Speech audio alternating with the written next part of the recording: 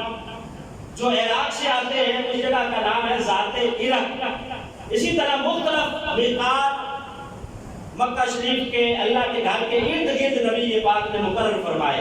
تو مدینے سے آنے والے حجاج اور عمرہ زائرین کے لیے جو میقات مقرر کیا وہ یہ مقام تھا جسے آج کل بئر علی کہا جاتا ہے یا ابیار علی کہا جاتا ہے۔ اب سرکار دو عالم صلی اللہ علیہ وسلم نے اعلان فرمایا کہ یہاں ہم رات گزاریں گے، رات یہاں گزاریں گے۔ نبی پاک صلی اللہ علیہ وسلم نے اور صحابہ نے بھی رات گزاری۔ سیدہ عائشہ رضی اللہ تعالیٰ عنہا کے ساتھ ہیں، فرماتی ہیں نبی پاک صلی اللہ علیہ وسلم نے صبح غسل کیا، سرکار دو عالم صلی اللہ علیہ وسلم نے بالوں میں مانگ نکالی تو سیدہ عائشہ فرماتی ہیں میں نے سرکار کی مانگ میں اعلیٰ قسم کی خوشبو لگائی۔ احرام باندھنے سے پہلے خوشبو لگانا سنت ہے، جائز ہے، لیکن احرام کے بعد خوشبو نہیں لگائی جا سکتی۔ تو سیدہ عائشہ کہتی ہے سرکار نے غسل کیا، میں نے خوشبو لگائی اور بڑی اعلیٰ قسم کی خوشبو تھی۔ نبی پاک تو بذات خود خوشبوؤں کا مرکب تھے، پسینے سے خوشبو آتی، جدھر سے گزر جاتے راستے بتاتے تھے کہ اللہ کے محبوب یہاں سے گزرے ہیں۔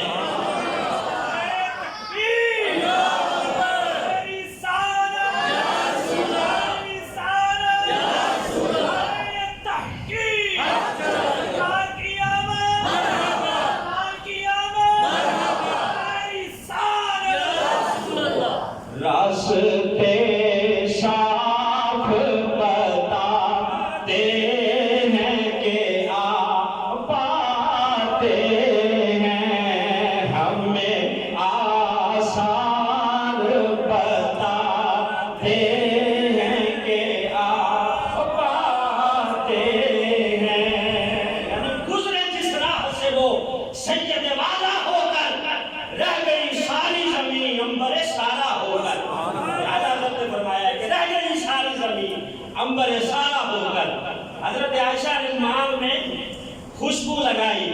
اب نبی پاک صلی اللہ علیہ وسلم نے سلے ہوئے کپڑے اتارے اور احرام کی 2 چادریں سرکار نے زیر تن فرمائی۔ احرام کی 2 چادریں جب نبی پاک نے احرام باندھا تو ساتھ ہی سرکار دو عالم صلی اللہ علیہ وسلم نے کیا پڑھا؟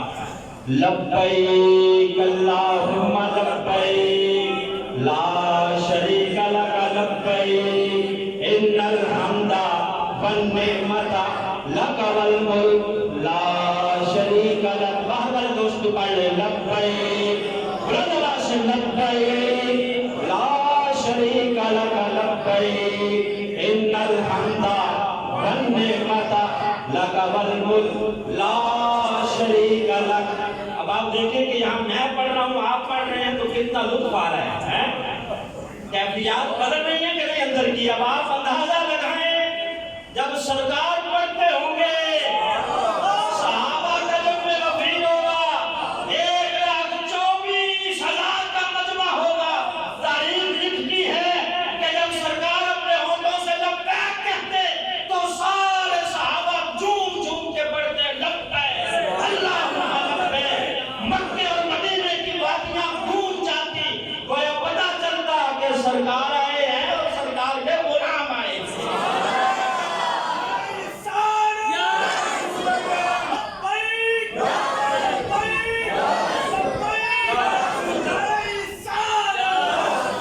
اب یہاں نبی پاک نے تلبیہ پڑھا اور اس کے بعد دعا مانگی، اللہم اجعل حجن لا ریاء فیہ ولا سمعہ۔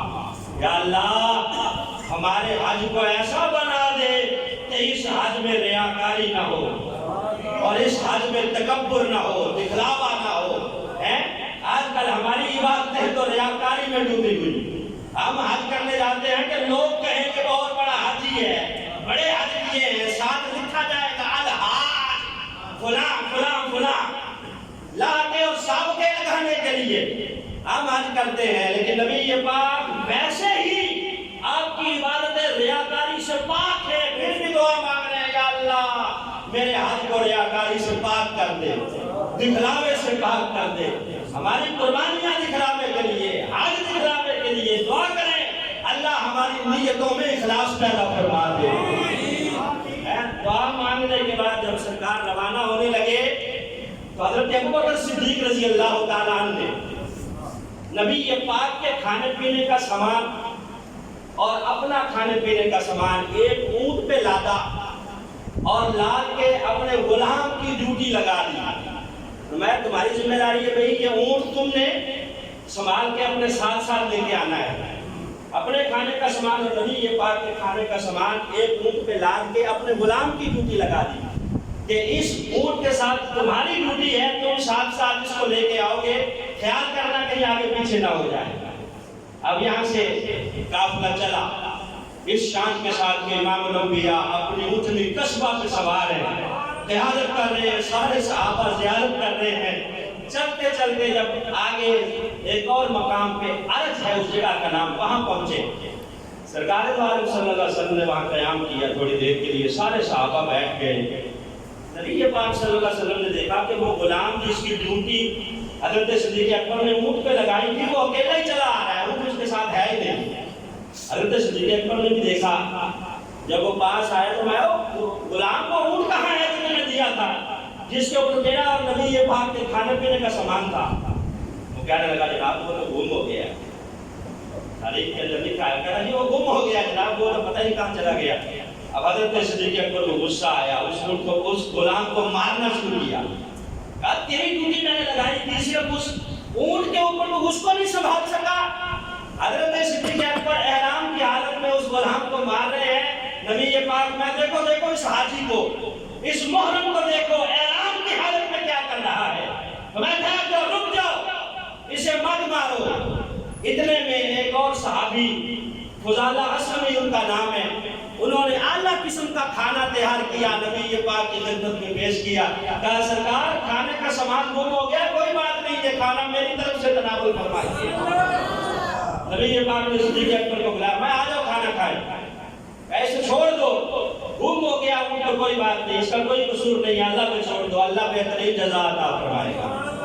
وہ کھانا کھا رہے تھے, کھا کے فارغ ہوئے. اتنے میں وہ اونٹ بھی پیچھے سے ایک صحابی لے کے چلے آ رہے تھے. اس صحابی کی ڈیوٹی تھی کہ وہ اونٹ قافلے کے پیچھے پیچھے رہتے, اگر کوئی کسی کی چیز گر جاتی ہے, کوئی اونٹ یا کوئی سواری پیچھے رہ جاتی تو وہ واپس لے کے آتے. وہ لا کے نبی پاک صلی اللہ علیہ وسلم کی خدمت میں اس نے پیش کیا. کہا حضور یہ اونٹ تھا, وہاں میں نے پیچھے دیکھا یہ جھاڑیوں میں جو ہے وہ ادھر ادھر دیکھ رہا تھا, سامان کے ساتھ لدا ہوا تھا. نبی پاک صلی اللہ علیہ وسلم نے حضرت صدیق اکبر کی طرف دیکھا, کہا میں نے کہا نہیں تھا کہ اللہ بہترین جزا عطا فرمائے گا. وہ اونٹ مل گیا. اسی اسنا میں ایک اور صحابی حضرت سعد رضی اللہ تعالیٰ عنہ, وہ اور ان کے بیٹے قیس, یہ دونوں سامان سے لدا ہوا اونٹ نبی پاک کی خدمت میں لا رہے ہیں. کہا حضور ہمیں پتہ چلا ہے آپ کا اونٹ گم ہو گیا ہے, یہ تحفہ ہماری طرف سے قبول فرما لیجیے. گویا ان کی ہر وقت یہ آرزو ہوتی تھی کہ سرکار کی خدمت میں کچھ پیش کرنے کا موقع مل جائے, نبی پاک کی خدمت میں ہم کچھ پیش کریں. آج بھی الحمدللہ ہم سرکار دو عالم صلی اللہ علیہ وسلم کے غلام ہیں, ہم ہر چیز برداشت کر لیتے ہیں, لیکن نبی پاک صلی اللہ علیہ وسلم کی عزت اور حرمت پہ اگر حرف آئے تو وہ برداشت نہیں کر سکتے. یہی وجہ ہے کہ یہ 2-3 دن پہلے پشاور میں جو واقعہ ہوا ہے, وہ جھوٹا جو نبوت کا دعوے دار تھا, طاہر نصیر نامی بندہ, اسے خالد خان نامی ایک مجاہد نے بھری عدالت میں جج کے سامنے گولی ماری. کیونکہ یہ نبی پاک صلی اللہ علیہ وسلم کی ختم نبوت کا انکار کرتا ہے. اب اسے واصل جہنم تو اس نے کیا, لیکن سوشل میڈیا پر لوگوں نے بڑا جو ہے لبرل قسم کے لوگ انہوں نے بڑا طوفان مچا رکھا ہے کہ اس نے خود اپنے ہاتھ میں کیوں لیا قانون؟ تو جناب یہ اس نے اس بندے کو مارا نہیں ہے بلکہ عدالتوں کے منہ پہ بھی تھپڑ رسید کیا ہے۔ 2 سال سے اس کا کیس چل رہا تھا عدالتوں میں۔ عدالتوں نے کیا کیا؟ شواہد موجود تھے، قریب اس کے موجود تھے، سرے عام وہ نبوت کا دعویٰ کر رہا تھا اور کہہ رہا تھا کہ میں ذلی نبی ہوں، بروزی نبی ہوں، مرزا قادیانی کی طرح کھلے عام وہ دعویٰ کر رہا تھا۔ لوگوں نے سمجھایا، بجھایا، علاقے کے علماء نے سمجھایا، جب نہ سمجھا تو عدالت میں تو اس کا کیس چلا عدالت میں 2 سال سے کیس چل رہا تھا۔ عدالتیں فیصلے نہیں کرتی بلکہ ایسے کیس جان بوجھ کے لٹکائے رکھتی ہیں اور پھر ایسے لوگوں کو سائڈ سے آرام سے رات کے اندھیرے میں چھپ کے باہر اپنے آقاؤں کے حوالے کر دیتی ہے۔ آپ نے دیکھا نہیں آسیہ مسیح کیس میں کیا ہوا ہے؟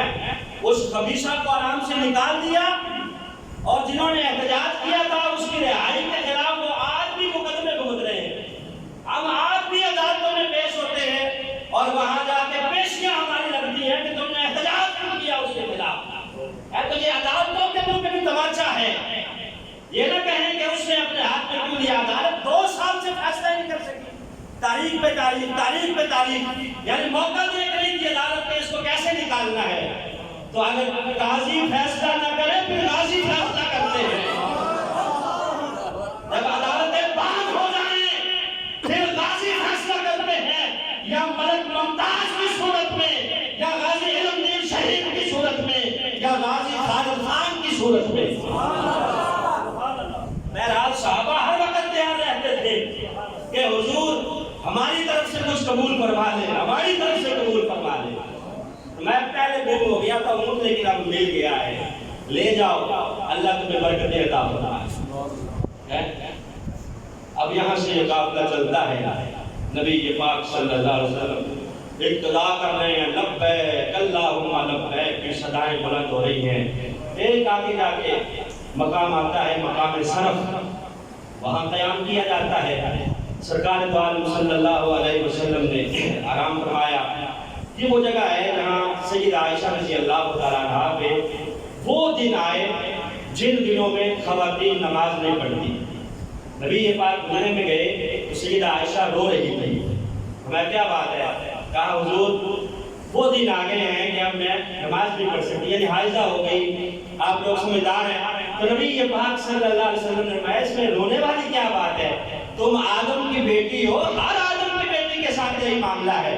کہا تم یہ کرو کہ تم طواف نہیں کرو گی، باقی مناسک حج ادا کرو گی، طواف مؤخر کر لینا، جب پاک ہو جاؤ گی تو طواف کر لینا۔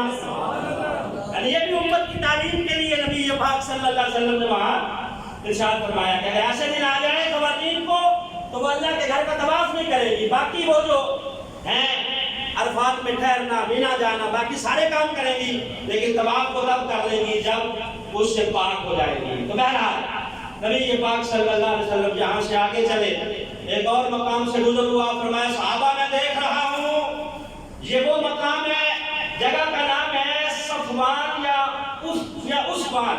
نبی پاک فرمایا یہ وہ جگہ ہے، یہاں سے میں دیکھ رہا ہوں اپنے وقت میں اللہ کے نبی حضرت ہود بھی گزرے تھے، حضرت صالح بھی گزرے تھے۔ کہا وہ اس شان سے گزرے تھے کہ سرخ رنگ کے اونٹوں پہ سوار تھے، ان کے اونٹوں کی ناک میں چھال بھی موجود تھی، چھال کی رسی۔ نبی پاک صلی اللہ علیہ وسلم فرماتے ہیں کہ انہوں نے بہت کوئی اعلیٰ قسم کی چادریں نہیں پہن رکھی تھی بلکہ ہلکی پھلکی چادریں اللہ کے نبیوں نے اوڑھ رکھی تھی، اور وہ بھی یہاں سے گزرے تھے۔ پتہ ہے کیا کہتے ہوئے گزرے تھے؟ صحابہ نے کہا حضور آپ فرمائیں۔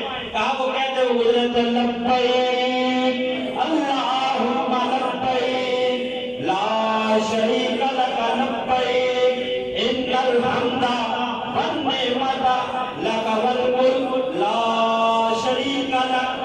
اب نبی پاک صلی اللہ علیہ وسلم اب گزر رہے ہیں، بتائیں کہ وہ اللہ کے نبی کتنے سو سال پہلے گزرے ہوں گے، سینکڑوں سال پہلے گزرے ہیں، لیکن اللہ اگر چاہتا ہے تو اپنے نبی کو غیب کی خبریں بھی عطا فرماتا ہے۔ آپ بتا دیتے ہیں. اسی لیے ہم کہتے ہیں اول و آخر سب کچھ جانے، اول و آخر سب کچھ جانے، جانے بعید و قریب، غیب کی خبریں دینے والا اللہ کا وہ حبیب نبی جی. اللہ اللہ اللہ لا الہ الا ہو، اللہ اللہ اللہ لا الہ الا ہو. اب چلتے چلتے پہنچے ہیں جگہ کا نام ہے ذی طوا. ذی طوا کے مقام پہ سارا قافلہ صحابہ کا جب میں نفیر نبی پاک میں پہنچے، میں یہاں ہم رات گزاریں گے، صبح یہاں سے ہم روانہ ہوں گے. مفسرین نے لکھا ہے کہ رات کیوں گزاری، رات کے اندھیرے میں کیوں نہیں چلتے رہے؟ اس لیے کہ سرکار دو عالم صلی اللہ علیہ وسلم چاہتے تھے کہ اتنے جو صحابہ میرے ساتھ ہیں، جب میں اونٹنی پہ سوار ہوں گا تو دن کے اجالے میں یہ سارے میری زیارت کرتے رہے، مجھے دیکھتے رہے، زیارت کرتے رہے، اور جو میں کروں مجھے دیکھ کے وہ کرتے رہے. اس لیے فرمایا یہاں رات ہم گزاریں گے. اب رات یہاں گزاری، صبح نبی پاک صلی اللہ علیہ وسلم چلے. 4 ذی الحجہ کا دن ہے، اتوار کا دن ہے. نبی پاک صلی اللہ علیہ وسلم وہاں سے چلے. اب پہنچے حرم شریف، اللہ کے گھر کے باہر. تو سرکار کون سے دروازے سے اندر داخل؟ دیکھیں صحابہ نے وہ دروازے بھی لکھ دیے ہیں. باب بنی شیبہ سے نبی پاک صلی اللہ علیہ وسلم داخل ہوئے، باب بنی شیبہ سے. یہ دروازہ صفا مروا کی جانب ہے، اس طرف کھلتا ہے باب بنی شیبہ. اس طرف سے نبی پاک صلی اللہ علیہ وسلم داخل ہوئے. جب سامنے اللہ کا گھر دیکھا تو دعا مانگی، یا اللہ اپنے اس گھر کی عزت اور حرمت میں اور اضافہ فرما دے. یا اللہ جو تیرے اس گھر کی زیارت کرنے کے لیے آئے، اس کی عزت اور حرمت میں بھی اور اضافہ فرما دے. نبی پاک صلی اللہ علیہ وسلم کی دعائیں ہی تو ہیں. اور حضرت ابراہیم کی دعا تھی کہ یا اللہ تیرے بندوں کے دل اس گھر کی طرف مائل ہو جائیں. اور نبی پاک کی دعائیں ہیں کہ آج ہر بندہ یہ خواہش کرتا ہے، یا اللہ مجھے بھی اپنا گھر دکھا دے. جو دیکھ آیا ہے وہ پھر خواہش کرتا ہے، طلب اور بڑھ جاتی ہے کہ یا اللہ دوبارہ دکھا دے. جس نے نہیں دیکھا وہ بھی التجائیں کرتا ہے، یا اللہ تیرے گھر آؤں، تیرا گھر دیکھوں، یا اللہ مجھے بھی بلا لے، مجھے بھی بلا لے. تو یہ اللہ کے نبیوں کی دعائیں ہیں جو اللہ نے قبول فرما لی ہیں. ہر بندے کی خواہش ہے نا، ایسا تو نہیں ہے جو گھر نہیں دیکھنا چاہتا اللہ کا، سارے دیکھنا چاہتے ہیں نا ماشاءاللہ. یہ نبی پاک کی دعا ہے. اور وہاں کعبے کو دیکھ کے جب پہلی نظر پڑتی ہے، جو دعا مانگی جاتی ہے اللہ قبول فرما دیتا ہے. علماء کرام فرماتے ہیں وہاں کون سی دعا مانگنی چاہیے؟ علماء کرام ہمارے استاد محترم قبلہ عبدالعلیم شالوی صاحب شیخ الحدیث جامعہ نعیمیہ، آپ فرمایا کرتے تھے کہ وہاں جا کے چاہیے کہ بندہ یہ دعا مانگے کہ یا اللہ آج کے بعد میری ساری دعائیں قبول کر لینا. یہ دعا مانگے کہ یا اللہ آج کے بعد میں جو دعا مانگوں وہ دعا قبول ہو جائے. کہ یہ آپ دعا مانگے دیکھ کے کعبۃ اللہ کو کہ اس کے بعد بھی جو دعا مانگی یا اللہ وہ قبول فرما لینا. نبی پاک صلی اللہ علیہ وسلم نے دعا مانگی، یا اللہ اپنے گھر کی عزت میں اضافہ فرما، حرمت میں اضافہ فرما، یا اللہ اس کی زیارت کرنے والوں کی عزتوں میں اضافہ فرما. اب سرکار آگے آئے، آگے نبی پاک صلی اللہ علیہ وسلم نے حجر اسود کو بوسہ دیا. سرکار نے ہاتھ رکھ دیا. سبحان اللہ، اللہ اکبر، بسم اللہ اللہ اکبر. یہ دعا ہے وہاں استلام کرتے وقت بوسہ لیتے وقت بسم اللہ اللہ اکبر. روایات میں آتا ہے سرکار نے طویل بوسہ دیا، لمبا بوسہ. نبی پاک چومتے رہے، آنسو بہاتے رہے. حضرت فاروق اعظم نے ایک روایت کے مطابق پوچھا کہ حضور آپ نے اتنے آنسو یہاں کیوں بہائے ہیں؟ میں تمہیں پتہ نہیں ہے یہ جگہ وہ ہے جہاں بہے ہوئے آنسو اللہ قبول فرماتا ہے۔ بسم اللہ اللہ اکبر کہہ کے نبی پاک نے اب طواف شروع کیا۔ سرکار نے پہلے 3 چکروں میں رمل کیا۔ رمل کیا ہوتا ہے؟ چادر جو آپ نے اوڑھی ہوئی ہے نا، اس کو آپ یوں یہ والا کندھا ننگا کر کے یوں آپ اوڑھ لیں تو حجر اسود کو بوسہ دینے کے بعد یا استلام کرنے کے بعد دور سے اگر رش ہے تو پاس جانے کی ضرورت نہیں ہے، تاکہ لوگوں کو تکلیف نہ پہنچے، کسی کے پاؤں پہ پاؤں نہ آ جائے۔ پھر دور سے آپ یوں کریں، بسم اللہ اللہ اکبر، یہ بوسہ بھی آپ کا قبول ہے۔ اس کے اندر اتنی پاور ہے کہ دور سے جس نے چوما ہے وہ قیامت کے دن اس کی بھی شفاعت کرے گا، اس کے بارے میں بھی گواہی دے گا۔ اے نبی پاک نے اب رمل کیا اور آپ پہلے 3 چکروں میں یوں بازو ہلا کے سینہ اکڑا کے میں صحابہ رمل کر کے چلو۔ کہا حضور کیوں رمل کر کے چلے؟ 9 سال بعد آئے تھے، میں یہاں ہمارے دشمن بھی رہتے ہیں، کہیں یہ نہ سمجھے کہ مدینے میں ہم کمزور ہو گئے ہیں۔ اکڑ کے یوں بازو ہلا کے سینہ چوڑا کر کے موٹے مار کے چلو، تاکہ انہیں پتہ چل جائے کہ اللہ کے محبوب اور اللہ کے محبوب کے غلام کمزور نہیں ہوئے بلکہ پہلے سے زیادہ طاقتور ہیں۔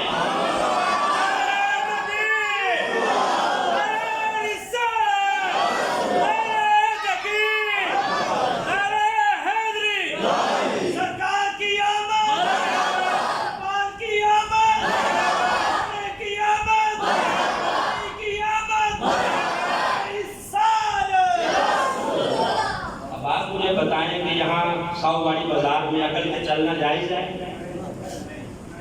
یا آپ کی مسجد میں اگر کوئی اکڑ کے چلے تو جائز ہے؟ کہیں اور اکڑ کے چلنا جائز ہے؟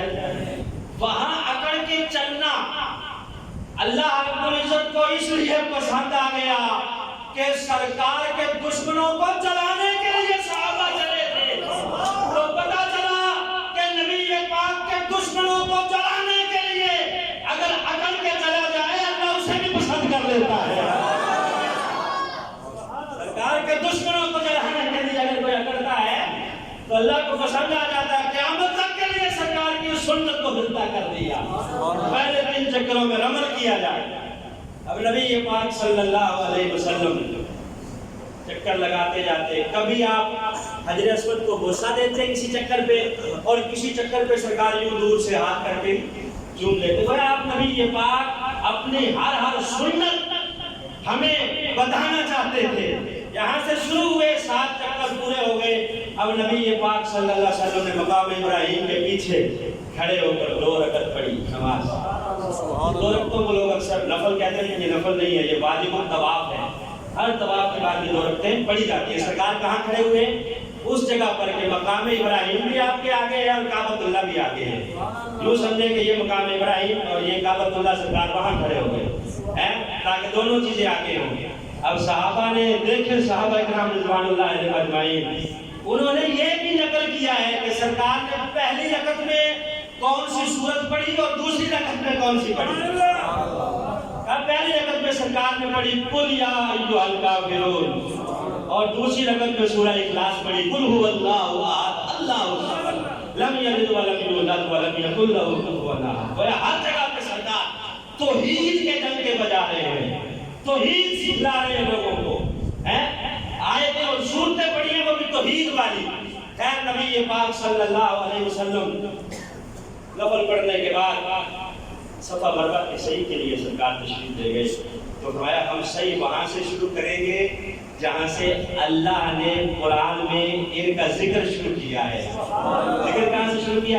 ان الصفا والمروہ، صفا کا نام پہلے لیا، فرمایا ہم بھی پہلے صفا سے شروع کر کے چکر لگانا شروع کریں گے۔ بہرحال صفا پہ پہنچ کر نبی پاک نے پڑھا اللہ اکبر لا الہ الا اللہ وحدہ لا شریک لہ لہ الملک و لہ الحمد وہو علی کل شیء قدیر۔ یہاں بھی توحید کے ڈنکے بجائے نبی پاک صلی اللہ علیہ وسلم نے چکر لگانا شروع کیے۔ سرکار جب پہاڑی سے نیچے اترتے تو دوڑ پڑتے، آج بھی وہاں دوڑنا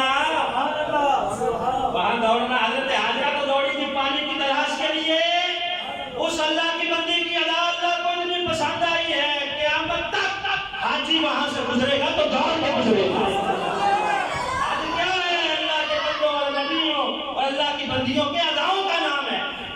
میلین اہدرین کو سبز رنگ کی لائٹیں لگی ہیں، وہاں بھاگ کے گزرنا وہاں سے ضروری ہے۔ تو سرکار صفا سے مروہ جاتے، مروہ سے صفا آتے۔ اب آپ دیکھیں 1,24,000 صحابہ ہیں، کتنا مزہ آ رہا ہوگا۔ لبیک کی صدائیں بلند ہو رہی ہیں، سرکار پڑھتے لبیک تو سارے صحابہ ساتھ پڑھتے ہیں، پوری مکے کی وادی گونج رہی ہے۔ اب یہاں ایک بات اور عرض کروں، بعض لوگ وہاں کنفیوژن کا شکار ہوتے ہیں، سمجھتے ہیں کہ شاید صفا سے ہم نے چکر شروع کیا ہے، مروہ جائیں گے دوبارہ صفا آئیں گے تو شاید ایک چکر ہوگا۔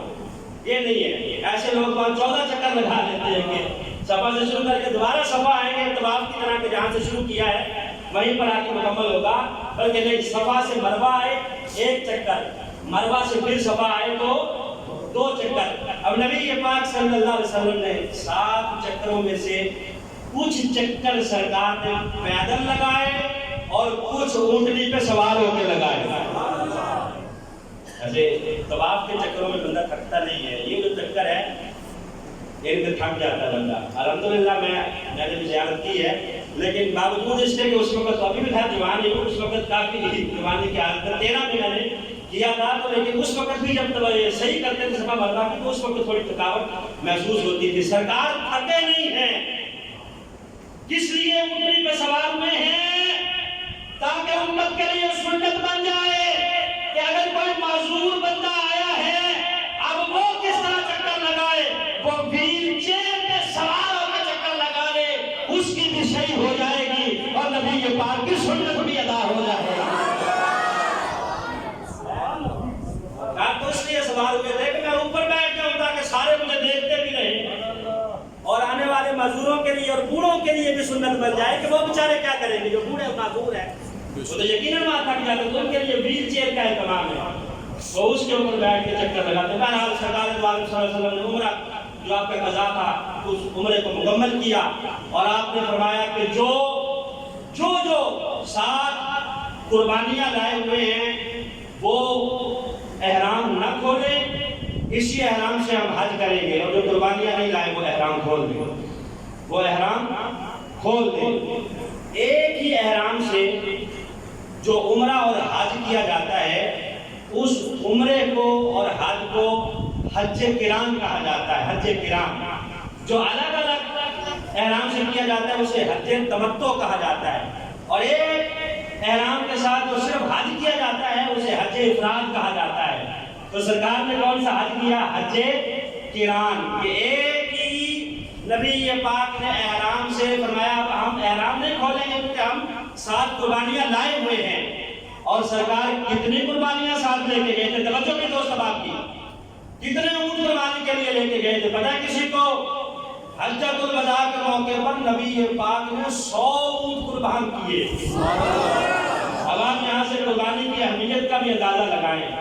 لوگ آج کل کہتے ہیں کہ دیکھو اتنے جانور قربان کرنے کی کیا ضرورت ہے، پیسے کسی مسکین کو دے دیے جائیں، غریب کو دے دیے جائیں، اتنا خون بہایا جاتا ہے، جانور قربان کیے جاتے ہیں، فائدہ کوئی نہیں، کسی غریب کی بچی کی شادی کروا دی جائے۔ یہ بات انہیں تب یاد نہیں آتی جب چھوٹی گاڑی بیچ کر پڑاکو لیتے ہیں، وہ پیسے نہیں دیتے کسی غریب کی بچی کو۔ جب چھوٹا موبائل بیچ کر آئی فون لیتے ہیں نا تو وہ پیسے نہیں دیتے کسی غریب کی بچی کو۔ جب اللہ کے دین کی بات آتی ہے تو یہاں کہتے ہیں کہ یہ پیسے ضائع ہو رہے ہیں، کسی غریب کو دے دیے جاتے ہیں۔ تو نبی پاک کو نہیں پتا تھا ایک قربانی کر رہے تھے، سرکار 100 اونٹ کیوں لے کے گئے؟ 100 اونٹ کیوں لے کے گئے؟ اور نبی پاک کو ہر چیز دوسروں کے ساتھ شیئر کرتے تھے، کھانا بھی شیئر کرتے۔ سرکار انہیں دے دیتے جو 7 قربانیاں نہیں لائے تھے، لیکن سرکار دو عالم صلی اللہ علیہ وسلم نے 100 اونٹ اپنی طرف سے قربان کیے، 63 اپنے ہاتھوں سے اور باقی حضرت علی کے ہاتھوں سے قربان کروائے۔ یہ قربانی کی اہمیت بتانا تھا۔ حالانکہ اس وقت غربت کتنی ہوگی، اونٹ جو ریگستان کا جسے جہاز کہا جاتا ہے، آج آپ خریدنے جاتے ہیں تو 2-2 لاکھ کا اونٹ، اس سے بھی زیادہ، بلکہ کل کسی نے بتایا کہ ایک بندہ 5 لاکھ کا اونٹ لایا ہے۔ آج اس کی اہمیت، حالانکہ یہ سواری کے لیے استعمال نہیں ہوتا، تب کتنی اہمیت ہوگی، سواری کے لیے استعمال ہوتا تھا تب تو اس کی اہمیت ہی بہت تھی۔ تو سرکار نے 100 قربان کر کے بتا دیا کہ لوگوں یہ کوئی چھوٹی سنت نہیں ہے، اس کے لیے اہتمام کیا جائے۔ زیادہ ہو سکے اللہ کی بارگاہ میں جانور قربان کیے جائے. اور سرکار نے ہمارے جو قربانیاں ساتھ نہیں لائے وہ احرام کرو. اب نبی پاک صلی اللہ علیہ وسلم نے احرام باندھے رکھا. آج سے میں چند منٹ آپ کے اور دوں گا. ویسے بھی آج چھٹی ہے نا.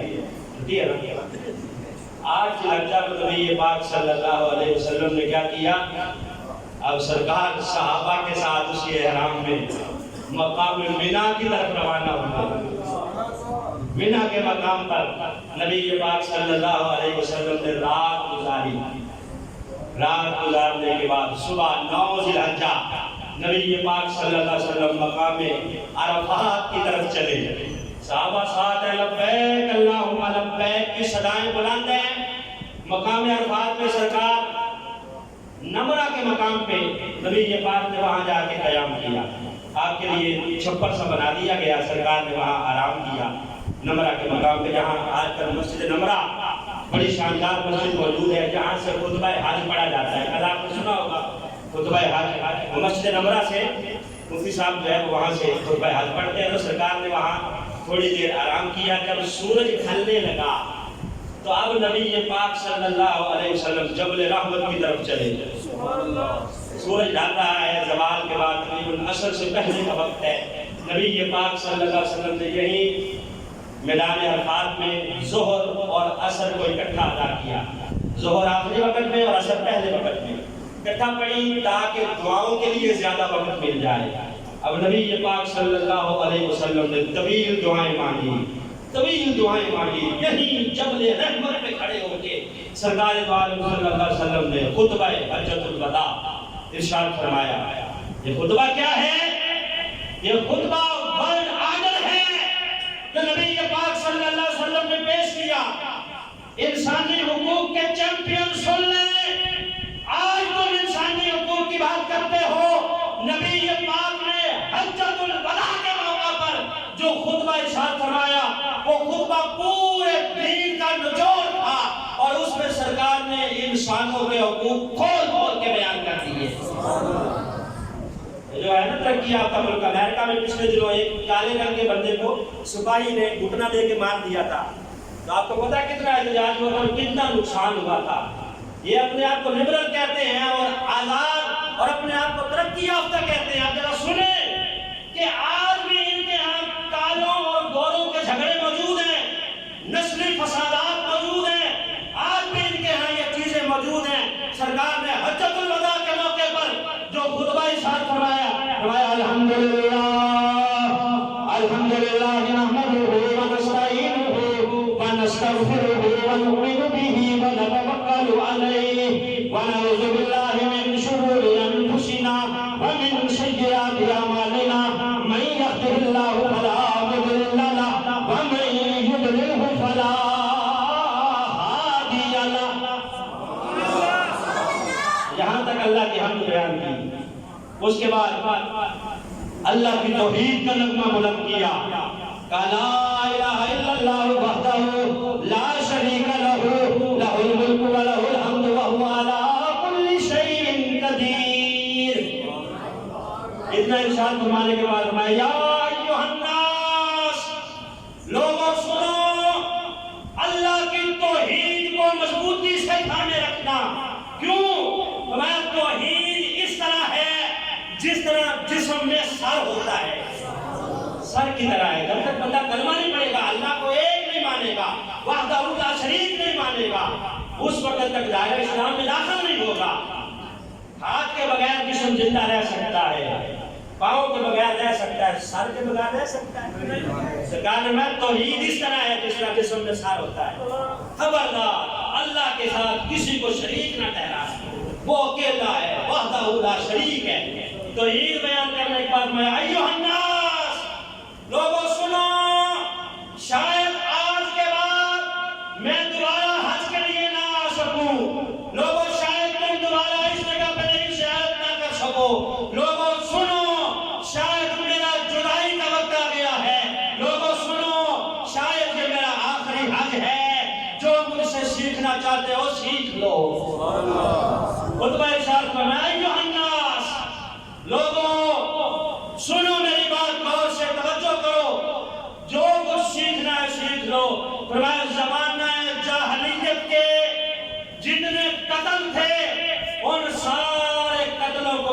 معاف کرتا ہوں، نہ ان قتلوں پہ قصاص لیا جائے گا، نہ دیت دی جائے گی۔ زمانہ جاہلیت کی ساری رسمیں نبی پاک فرماتے ہیں میں نے اپنے پاؤں کے نیچے رونق ڈالی ہے۔ سرکار نے کہا سنو، زمانہ جاہلیت میں جو قتل ہوئے ہیں آپس میں وہ سارے آدمی معاف ہیں، کوئی کسی سے قصاص نہیں لے گا، بدلہ نہیں لے گا۔ سب سے پہلے سرکار نے اپنے خاندان کے ایک قتل کو معاف کیا کہ میں اسے معاف کرتا ہوں، تم بھی معاف کر دو۔ پھر نبی پاک صلی اللہ علیہ وسلم نے کہا سنو لوگو، آج کے بعد میں ربا کو یعنی سود کو حرام کرتا ہوں۔ سود آج کے بعد حرام ہے، کوئی رقم پہ منافع نہیں لیا جائے گا۔ میں سب سے پہلے میں اپنے گھر سے آغاز کرتا ہوں۔ میرے چچا عباس بن عبد المطلب نے جو لوگوں کو قرض دے رکھے ہیں ان کے اوپر یہ نفع نہیں لیں گے، صرف وہ مقروض لوگ ان کی جو اصل رقم ہے وہی لوٹائیں گے۔ خبردار آج کے بعد ربا حرام ہے۔ سرکار نے تو سود وہاں حرام کر دیا اور ہمارا سارا نظام سودی نظام ہے، سود کے اندر جکڑا ہوا ہے۔ پھر ہم کہتے ہیں کہ ترقی نہیں ہے، معیشت مستحکم نہیں ہے، مر گئے ہیں، کاروبار نہیں ہے۔ تو نبی پاک صلی اللہ علیہ وسلم کی سنت پہ چل کے تو دیکھو، اللہ یہاں بھی عزت عطا فرمائے گا، وہاں بھی فرمائے گا۔ یہ ورڈ آئیڈل ہے جو سرکار بیان کر رہے ہیں حجۃ الوداع کے موقع پر۔ نبی پاک صلی اللہ علیہ وسلم نے فرمایا سنو ایھا الناس، لوگوں، وراثت میں ہر کسی کو وہی حصہ ملے گا جو قرآن میں اللہ نے بیان کر دیا ہے۔ وراثت کے احکامات نبی پاک اللہ نے قرآن میں بیان کر دیے ہیں، وہ حصہ حقدار کو دیا جائے گا۔ اب ذرا بتائیں نا، دل پہ ہاتھ رکھ کے بیٹی کو حصہ دیتے ہو، بہن کو دیتے ہو حصہ؟ بھائی کہتا ہے اگر حصہ لے گی تو پھر اس گھر میں آ کے تو دیکھے ٹانگیں توڑ دوں گا، حصہ لے گی تو یہاں آئے گی نہیں۔ یار تو کون ہوتا ہے دینے والا ہے؟ تو اللہ نے مقرر کیا اس کا حصہ، جتنا بنتا اس کو دو۔ یہ الگ بات ہے کہ کوئی بہن اپنی خوشی سے معاف کر دے، لیکن ضرورت تو اس کو بھی بیچاری کو ہوتی ہے نا، مجبور کیا جاتا ہے، معاف کروایا جاتا ہے۔ وہ بیچاری بھی بھائی کی عزت کی لاج کرتے ہوئے اپنے گھر میں کہتی ہے چلو کوئی بات نہیں ہے، لیکن اللہ کے ہاں اس کا جواب دینا پڑے گا، اللہ کے ہاں جواب دہی ہوگی۔ نبی پاک نے حجۃ الوداع کے موقع پہ فرمایا، سرکار دو عالم صلی اللہ علیہ وسلم نے میراث میں جو حصہ اللہ نے قرآن میں مقرر کیا ہے وہ دینا پڑے گا ہر کسی کو۔ پھر نبی پاک نے فرمایا سنو، کسی گورے کو کالے پہ فوقیت نہیں اور کسی کالے کو گورے پہ فوقیت نہیں، قبیلے کی بنیاد پر بھی کوئی کسی کو فوقیت نہیں ہے۔ اگر کسی کو رتبہ اور مقام حاصل ہے تو وہ تقوی کی بنا پہ حاصل ہے، تقوی کی بنا پر۔ آج رنگوں اور نسلوں کے فسادات ہو رہے ہیں ان ممالک میں جو انسانی حقوق کے چیمپئن بنے ہوئے ہیں۔ 1500 سال پہلے نبی پاک نے ورلڈ آئیڈل دیا اور سرکار نے حجۃ الوداع کے موقع پہ ارشاد فرمایا نسلی فسادات نہیں ہوں گے، نہ رنگ کی وجہ سے کسی کو مقام ملے گا اور نہ قبیلے کی وجہ سے ملے گا، اگر ملے گا تو تقوی کی وجہ سے ملے گا۔ کیا ہے یہ حجۃ الوداع کا خطبہ ہے، نچوڑ ہے پورے دین کا۔ نبی پاک صلی اللہ علیہ وسلم نے ارشاد فرمایا ایھا الناس، لوگوں سنو، میرے بعد جسے تمہارا امیر بنایا جائے اس امیر کی پیروی کرنا، یا جہاں بھی جب بھی تمہارا کوئی امیر بنایا جائے خواہ وہ کالے رنگ کا غلام ہی کیوں نہ ہو، سرکار نے فرمایا اس کی اقتداء کرنا تمہارے ذمہ لازم ہے، لازم ہے۔ پھر سرکار نے فرمایا بتاؤ میرے صحابہ، کیا میں اللہ کا پیغام دے کے جا رہا ہوں کہ نہیں؟ قیامت کے دن میرے بارے میں تم سے پوچھا جائے گا، بتاؤ کیا کہو گے؟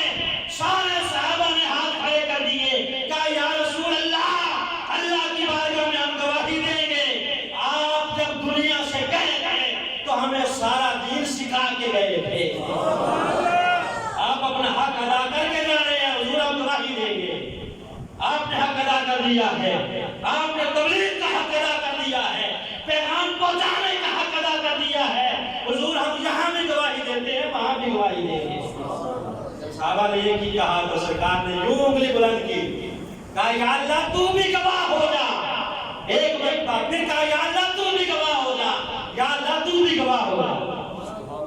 یہ سرکار ہے امام الانبیاء، کہتے ہیں یا اللہ گواہ ہو جا۔ یہ سارے کہہ رہے ہیں کہ ہم گواہی دیں گے کہ میں اپنا کام مکمل کر کے جا رہا ہوں۔ سرکار دو عالم نے یہ طویل خطبہ ارشاد فرمایا، اس کے بعد اللہ نے آیہ مبارکہ کا نزول فرمایا، اليوم اکملت لکم دینکم واتممت علیکم نعمتی ورضیت لکم الاسلام دینا، کہ آج میں نے دین مکمل کر دیا، نعمت مکمل کر دی، اور اے محمد رسول اللہ اور آپ کے غلاموں، تمہارے لیے میں نے دین اسلام کو پسند کر دیا ہے۔